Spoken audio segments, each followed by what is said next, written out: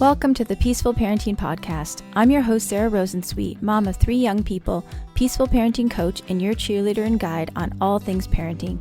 Each week, we'll cover the tools, strategies, and support you need to end the yelling and power struggles and encourage your kids to listen and cooperate so that you can enjoy your family time. I'm happy to say we have a great relationship with our 3 kids. The teen years have been easy and joyful, not because we're special unicorns, but because my kids were raised with peaceful parenting. I've also helped so many parents just like you stop struggling and enjoy their kids again. I'm excited to be here with you today and bring you the insight and information you need to make your parenting journey a little more peaceful. Let's dive into this week's conversation. Hey all, welcome back to another episode of the Peaceful Parenting Podcast. Today I have with me Heather Turgeon and Julie Wright, who are the authors of the new book, Generation Sleepless, Why Tweens and Teens Aren't Sleeping Enough and How We Can Help Them. Really, the subtitle says it all. They go into really great detail about the reasons why our teens and tweens are not getting enough sleep and why sleep is so important. This was really, really interesting. I think more and more we are hearing just why we need that 8 to 9 hours of sleep. And for teenagers, it's even more. And there is just an amazing, incredible sleep deficit that's happening with our teens and tweens right now. So not only do they go into what the challenges are and why we want them to get more sleep, but also how we can convince them. And we all know we can't boss teenagers around. So how do we get teens and tweens to sleep more? We talk about that in the interview today. And also there were some really interesting things that we talked about that I think you're going to find surprising. We all know that technology and social media have been shown to have a detrimental effect on our kids' mental health and well-being. But one thing they bring up is not the reason why you might think it is. So this was a super interesting conversation. Even if you don't have teenagers, I think you're going to want to tune into this because the more information you have and what to watch out for as you're going into the teen years, the better. And since they are sleep experts on all ages, I did also ask them at the end of our interview to give some tips for parents of younger kids of how to help our younger kids sleep better. So this was a really interesting conversation. Really enjoyed meeting them, and I think you're going to really enjoy this conversation as well and learn a lot. I certainly did. So give a listen to Heather and Julie. Heather Turgeon and Julie Wright are psychotherapists and sleep specialists. They are the authors of the popular parenting book, The Happy Sleeper. Their work has appeared in outlets like the New York Times and NPR. I already mentioned the name of their new book, Generation Sleepless, and have a listen. I think you're going to find this a really interesting and informative conversation. And please, as always, please share this episode with a friend or two if you found it helpful. And we do always appreciate any written reviews, 5-star ratings that you can give us on Apple Podcasts, and also Spotify now has a place for reviews. So we would just love it over here at Sarah Rosensweet Peaceful Parenting if you could share our podcast and leave us a rating and review. We'd super appreciate it. So let's meet Heather and Julie. Julie and Heather, welcome to the podcast. Thanks for having us. Thank you so much. Your new book is out now, Generation Sleepless. Could you just tell us a little bit about the book? Sure. So Julie and I are therapists and we're sleep specialists, and we've been working with families for many years on sleep. And we were mainly, working with babies and little kids, families with new babies and up to school age children. And what we started to notice in the research and in our clinical practice is that adolescents are actually the ones that need our help the most. It's extremely clear from the research that their sleep goes into a steep decline when they enter middle school, and it gets extremely, you could call it at crisis levels by high school. So we, knew this from the research. We saw it around us, and we just thought, how do we tease out all the factors that are coming together? What we describe in the book is a perfect storm of factors. So the book is an exploration of those perfect storm factors, and then looking at, okay, well, what do we do about all these factors? Can you tell us a little bit about some of the big dangers of our teenagers not getting enough sleep? Yes. Well, the 2 main areas to look at, there are many. Sleep affects so many facets of our life, but the 2 main things we start with when we think about teenagers is mental health and learning. When you look at mental health, studies support that when we're sleep deprived, our brains change, our brains work differently. We are not able to function the way we are when we're well rested. One of the things that happens is that the executive function part of the brain, the middle prefrontal cortex, goes a little bit offline. And the lower regions of our brain in the amygdala, which control more raw, reactive emotions, are more active.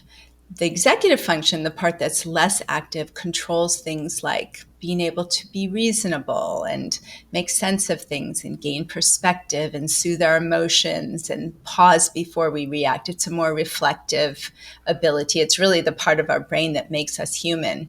When we're sleep deprived, we are behaving more from our lower brain. So we're more raw. We see the world through a more negative reactive filter. We tend to be very reactive and short-tempered.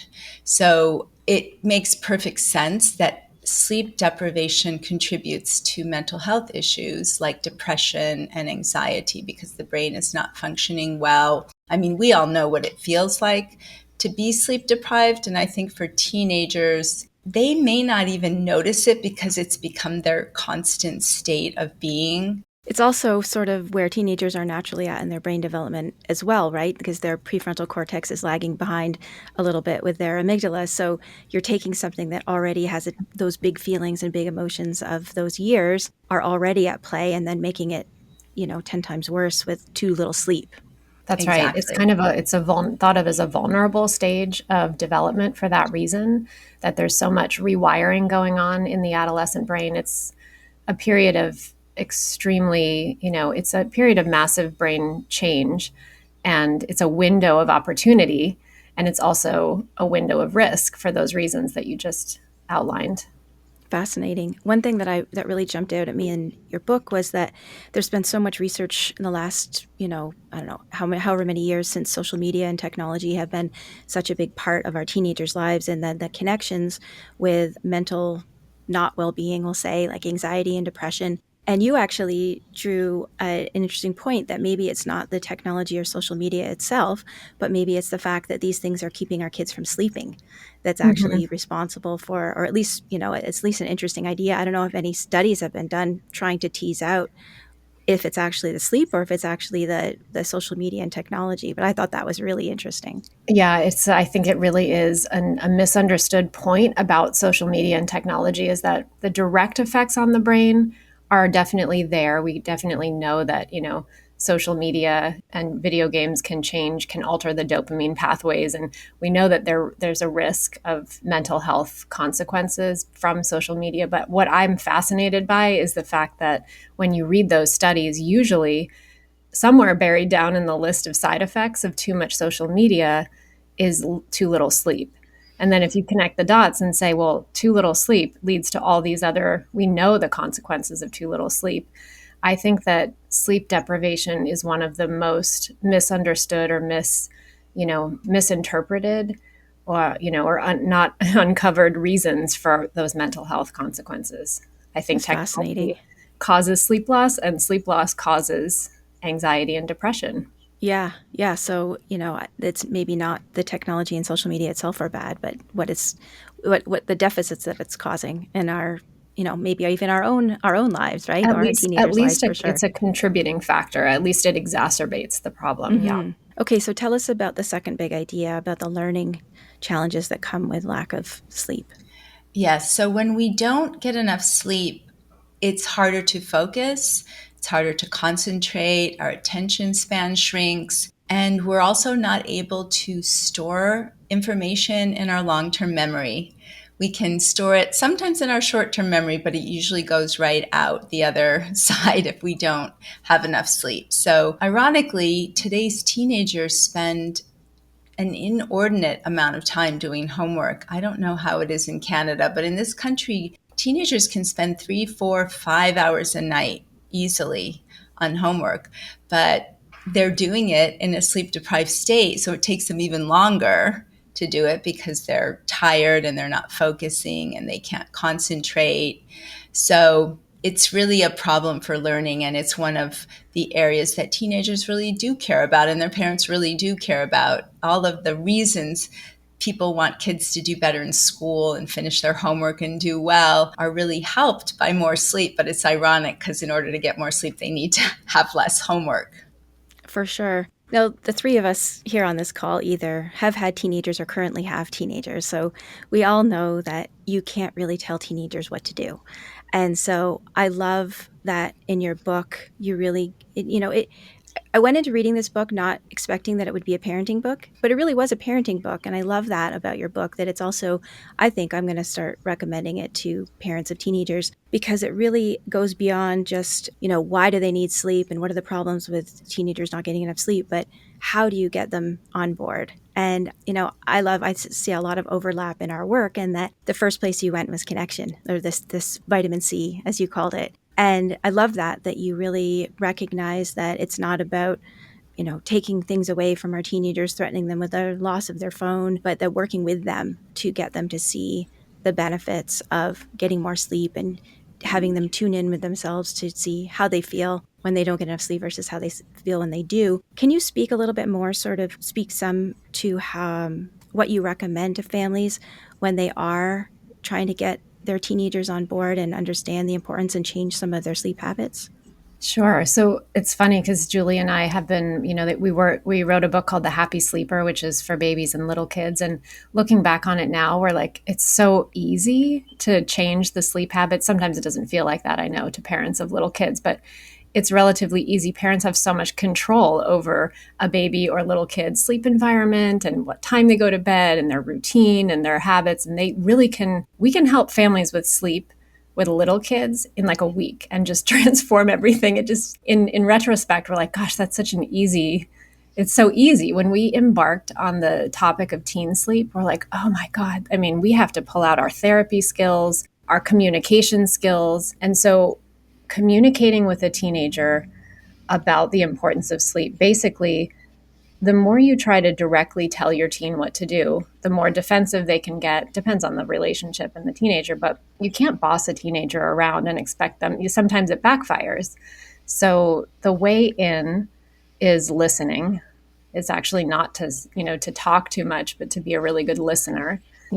Just in the book, we describe what we think of as like empathy 101, which is reflective listening. And when you listen, you can follow the thread of your teenager's thought pattern to what they actually care about. So that really depends on the teenager. It could be that they're an athlete. It could be that they are frustrated by, not being able to concentrate, or they're frustrated by math. And there's just so many places that you can listen and follow their own thread of concern and start to give information, or however it works. I even think sometimes like having sports coaches talk to athletes versus parents trying to talk to their kids about the importance of sleep can work. Sometimes it's a less direct conversation, but it starts with empathy and giving information and trying to help. The goal is for a teen to build self-motivation. Yeah, for sure. My son, he's in grade 12, and he's a big athlete, and he's already quite big, but he wanted to, and I mean big, like literally big. He's a big kid, but he wanted to get as big as possible. And he read somewhere maybe 2 years ago that the most human growth hormone is released between the hours of 10 p.m. and 2 a.m. And previously he had thought, I don't know if that's true. He told me that is true, but he previously had thought he could go to bed at 2 a.m. and sleep till 10 a.m. and he's still getting 8 hours, but it totally shifted his idea of when he should go to bed because he wanted to grow as big as he possibly could. And so I think it's like finding those ins, right? Like whether it comes from them or whether we help them discover what those ins are so that they have some skin in the game. It's meaningful to them. Why should they get more sleep? That's exactly right. Somebody at dinner just told me last night that they have a teenager who's a wrestler, and he's in 8th grade. He really cares about his strength, and he really cares about growing. And I think that's a really good in. Yeah, I realized also that pandemic has been interesting because I don't know about teenagers in other parts of the world, but we had virtual school for about a year and a half, and my kids could roll out of bed at 5 to 9 before school started. So actually I was reflecting, I was reading your book. I'm like, I actually think we're doing pretty well. And even now my grade 12 guy has a spare his first period. So he doesn't even have to get up until, 8:30, 8:45, which is Amazing. amazing. Yeah, and I just was reading, like, feeling so bad for those kids whose schools start at 7:30. I think in our province, they all, or at least in our city, they start at 9, which is pretty great. Oh, amazing. That's perfect. Yeah, and I love how in your book too you talk about sort of those social change ideas, your challenges to the, Netflix to change their settings so that don't you can choose, not to autoplay the next, the next show, and to what parents can do to speak to their schools about doing things like changing the start time, because the research was so clear on that, wasn't it? That the start time had such a big influence on teenagers' good outcomes in life. Yes, the start time is a huge issue, and it would really make a difference in so many teens' lives. It's amazing that the schools in Canada start around 9 a.m. We would be over the moon for Yeah, that. and I don't know about anywhere but Toronto where I live, but most schools here start at 9. Both my kids in high school, they start at 9. There is a new legislation in California that passed. So starting this fall, where Heather lives, the high schools can start no earlier than 8:30. So we're That's aiming for great. an 8:30 cutoff for the schools in the U.S. So New York apparently has some legislation that's looking promising. So there's been a big movement for that, and that will help enormously. But it's not enough. One of the reasons we talk about the perfect storm is of course, we want school start times to be later, but we also want homework to be reduced to about a maximum of about an hour a night. And we would like college admissions to create more reasonable expectations so that kids don't feel like they have to pile on just a crazy amount of activities and internships and this and that to show on their college application. And then the responsible tech design, which that's a challenging one. For I think sure. going back to how to motivate teenagers, I know when my son was a teenager, he liked being like given behind the scenes information. So if kids are told, listen, these companies don't have your best interests at heart, they're just trying to make money. That's their bottom line. And even this whole idea that sleep isn't really considered in a teenager's life, like helping them feel your empathy for their situation, like you poor guy, you have all this homework, you have to get up at a certain time, technology is, stealing your attention and keeping you up even later. And none of this is anything that you asked for that's your fault. Yeah. So that helps them think, okay, but I really do want to feel better, and I'm going to fight these demons, and I'm going to do what I can in my own life to make a change. A couple things that really stood out to me as I was reading your book is, the role that we play as parents. One, you talk about that a lot, of modeling our own good sleep habits, but also our good technology habits. Like there was we've already touched on technology a lot, but there's so much. Two things are so intertwined, right? Like how late are we staying up watching Netflix or on our phone or sleeping with our phones or checking our phones in the night? And so I think, the importance of modeling our own patterns that we want our children to follow, our own habits, but also the amount of pressure that we put on our kids. The homework thing is a perfect example. Have we given our kids this message that we won't accept anything less than all A's, or that, the grades are the most important thing? And, it's funny because as I was reading, I kept thinking, oh, you all would love The Self-Driven Child. And then you actually referred to that, because I think that these ideas are just so relevant to each other of, what kind of ideas are we giving our kids about leading a happy life? And what about those kids? This is one thing that came up for me as I was reading, and I hear this a lot from parents. What about those kids who are so anxious about, I have to do all the homework? Like I've heard parents say, I tell my kid, it's okay, you don't have to finish it, or it doesn't matter if you don't get an A on the exam. But the kids themselves are so anxious, and they're the ones who are insisting that they do need to stay up until 2 a.m. to do X, Y, or Z. What kind of advice do you have for parents? I went on a lot there, but I guess maybe speak to the idea of parents modeling what's important in life, and then also what you do with kids who are having a hard time with priorities.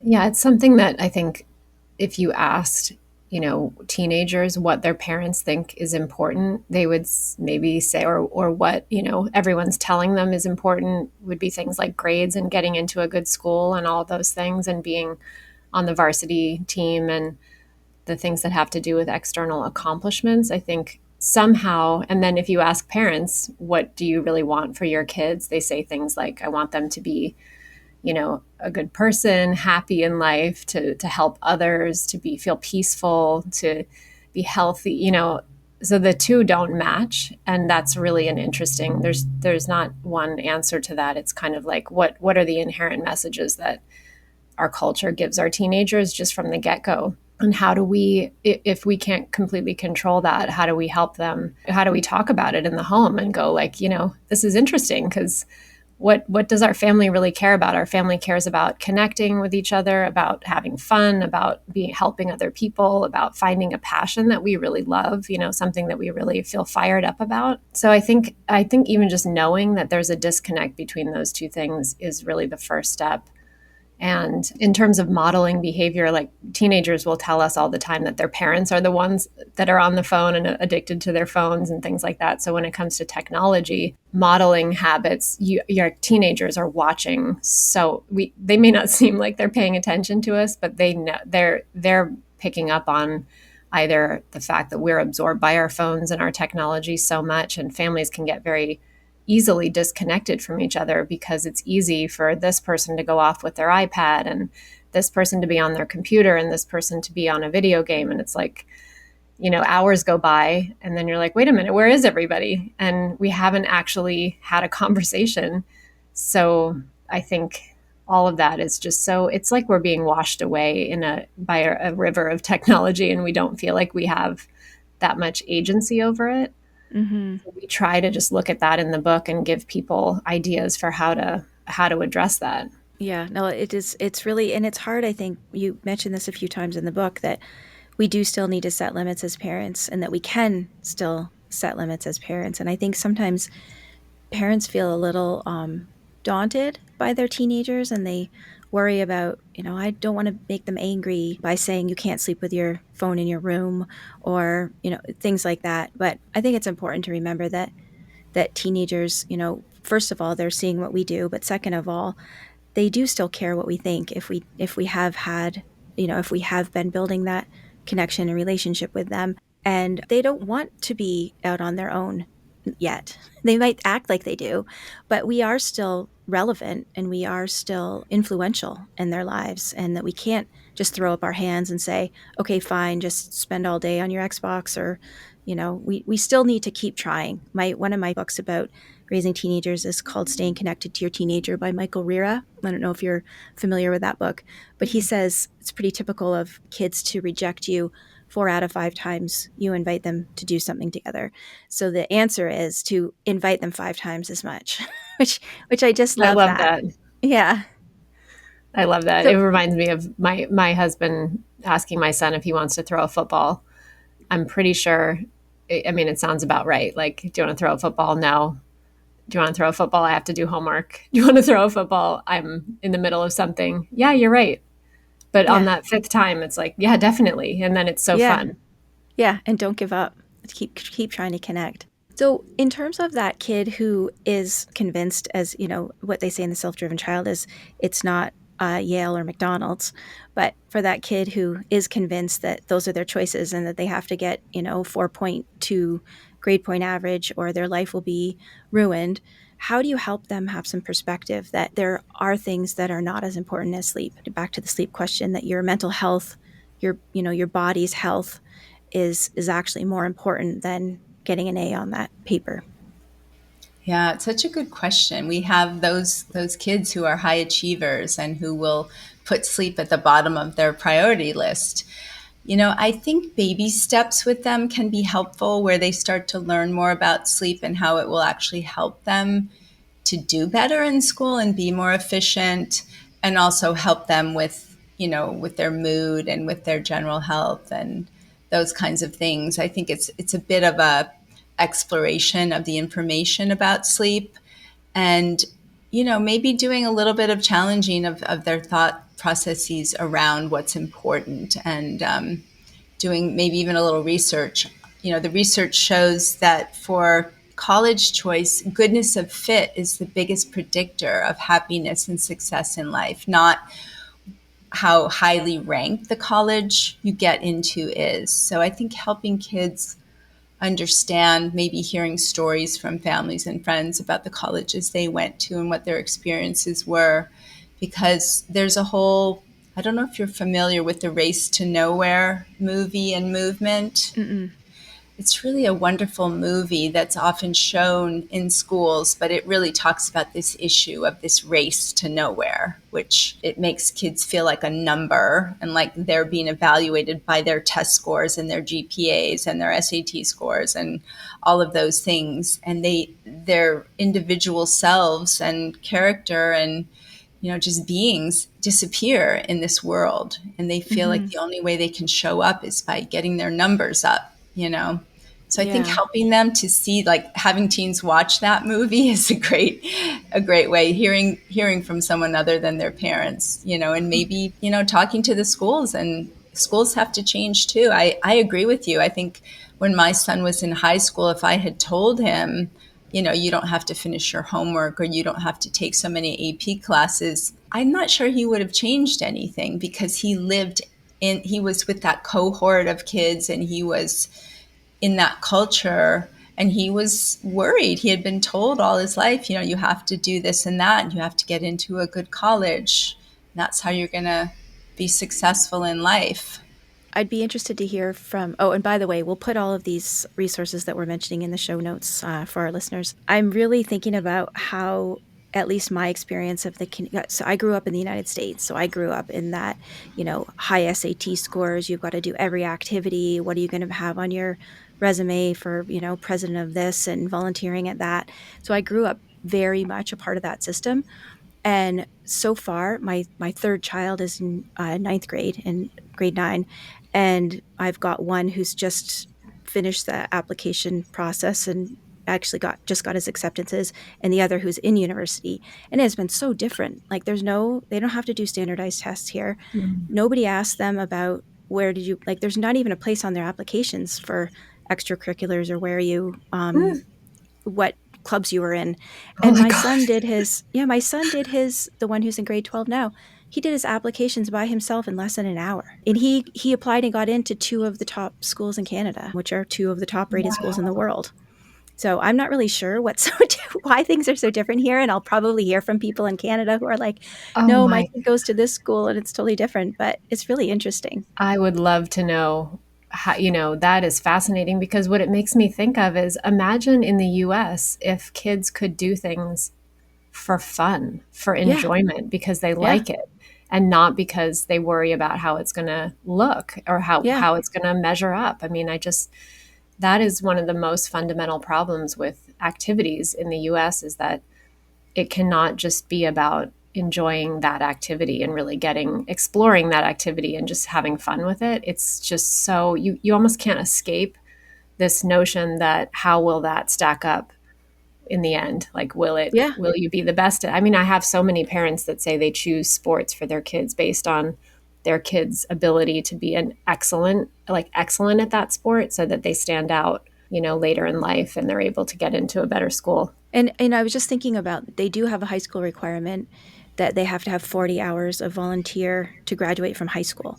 But that's not anything that so they are doing some like giving back, but it's not to get into college. It's just to graduate from high Yeah. school. But I wonder why the cultures are so different. And, there is something to be said. It's purely grade based to get into university here. Like all they look at are your grade 12 grades, but they actually only look at your grade 12 grades and Wow. not the rest of high school or your average over high school. So it'd be interesting to see in terms of like equity, what a difference that makes in terms of the kind of kids that get in versus not. And then we're back to the sleep thing too, right? Is like if you don't have to worry about doing, every activity under the sun, then you can get more sleep. Well, my sense is, from looking at the research, because we've looked at so many different countries and how their teenagers are sleeping, Canadian teenagers do sleep more than American teenagers. So US is one of the worst countries in terms of sleep deprivation. South Korea is worse, and there are places that are suffering more than the US, but Canada's doing better. Okay, well, maybe that's why. Maybe the whole college admissions process, because it's so different, there's not as much pressure on kids. So while I have two sleep experts on my podcast, we've been talking so much about teenagers, but I'm wondering if you could give just a few tips for parents of younger kids who are struggling with, getting their kids to sleep, getting their kids to get that good night's sleep that everyone needs, not just teenagers. Yes, absolutely. And this applies to all ages too. So the first thing to start with is an early and regular bedtime. So early just means early enough to get enough sleep before the child has to wake up. Ideally, the baby or child wakes up naturally. So if you have to get your toddler up for preschool and you have to wake them up every morning, then their bedtime needs to be earlier. So an early enough bedtime and a regular bedtime. So we know now that the regularity of sleep is as important as the amount of sleep. So having that bedtime, Heather and I are very strict about 5 or 10 minutes on either end of, for example, a 7 o'clock bedtime, and be careful not to fade that bedtime later too quickly. We find that parents really move it later as the child grows way too quickly. So early and regular bedtime. And we say this in our new book for teens too, but we all need a prelude to sleep. We can't just put our kids in bed or put ourselves to bed and expect to fall asleep. So having a wind down time where we start to dim the lights in the home, start to send signals to the brain that melatonin is rising and other sleepiness hormone and prepare the body for sleep. We also help psychologically by creating a stress-free zone in anticipation of bedtime. And then the bedtime routine itself can be filled with pleasurable activities like reading, or family could even go walk the dog or finish a baking project, or they could even watch a time-limited, like 30-minute TV show from a distance. So making sure that the bedtime routine is something to look forward to, but it's also sleep conducive. Nice. Yeah, those are great tips. And I do find that a lot when I ask parents if you have to wake your child up in the morning. So many people do, and schedules are so busy these days. I think it's hard to get kids to bed early. So it's good to be reminded of that tip to go for that earlier bedtime. My daughter is always like, "Why are you making me go to bed so early? You don't make brothers go to bed so early." Because I think my awareness, just even the last few years, there's been so much more in the media and books out and everything about the sleep problem, that sleep is often related to a lot of health or mental health problems that people are experiencing. So I make her go to bed at 10 o'clock Your or teenager, is that earlier. your ninth grader? Yeah. That's great. She has to get up at 7. So I feel like I can give myself a little pat on the back for that. But she really, I think when her brothers were younger, I didn't understand quite how much sleep they needed. Mm. Toddlers and little kids need more like 11 to 12 hours of night sleep. So that's helpful for parents of little kids to know. If they're still napping, then they might get somewhere like 10 and a half hours at night. And when they drop their nap, which is around 3 or so, they go back to needing about 11 to 12 hours of night sleep. And we'd need them to sleep for 12 hours too, so we can give them a Mm-hmm. bit of a break. Yeah. Well, thank you so much. Before I let you go, there's a question that I ask all of my podcast guests, which is if you could go back in time and give yourself some advice, your younger parent self some advice, what advice would you give yourself? It's very relevant to our conversation. I wish I had, given my family more time for open spaces and family rituals and just time outside tossing the ball, and not been so driven myself to think that all these things had to happen. So I really wish that I had taken more time to just enjoy life with my son and enjoy those kind of open spaces in life. Yeah, that's beautiful. I think maybe if I could have predicted that the pandemic would go on as long as it did, because my kids are tweens and a young teenager, I think I would have, if I had known that we were talking about a couple of years of, of this, I would have approached technology differently, which is something I think a lot of parents maybe feel is like, whoa, we just took all the technology use went way up during the pandemic, and it's hard to reel it back in. That's something that we're hearing from a lot of parents, and I'm experiencing in our house too, just because it's hard to change. It's hard to get technology out of family habits. It's easier to let it go, and like it creeps in really easily. So I think I would have, if I had known that we were set up for a couple of years of this and Zoom school and everything, I would have told my earlier self, I guess that's not really that long ago, but 2 years ago, I would have said like, okay, just play, like just play. People just need to play and not be on their computers.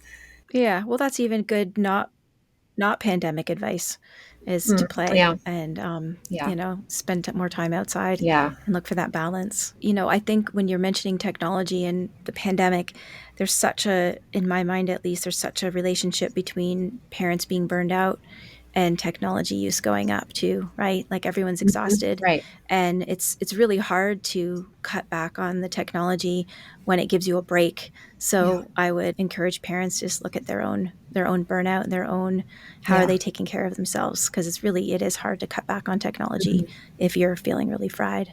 So tell us a little bit more about where our listeners can find you. Your book is out now, I assume available from wherever you get your favorite books. And just say the title of your book again and tell us about where else we can find you. The title is Generation Sleepless, and it is on sale anywhere books are sold. And our website is thehappysleeper.com, and that's also our Instagram handle. So you can find us at thehappysleeper.com. Wonderful. Thank you so much. Thank you. Thanks for having us. Thanks so much. It was really fun. Thanks for listening to this week's episode. I hope you found this conversation insightful and exactly what you needed in this moment. Be sure to subscribe to the show on your favorite podcast platform and leave us a rating and review on Apple Podcasts. Remember that I'm rooting for you. I see you out there showing up for your kids and doing the best you can. Sending hugs over the airwaves today. Hang in there. You've got this.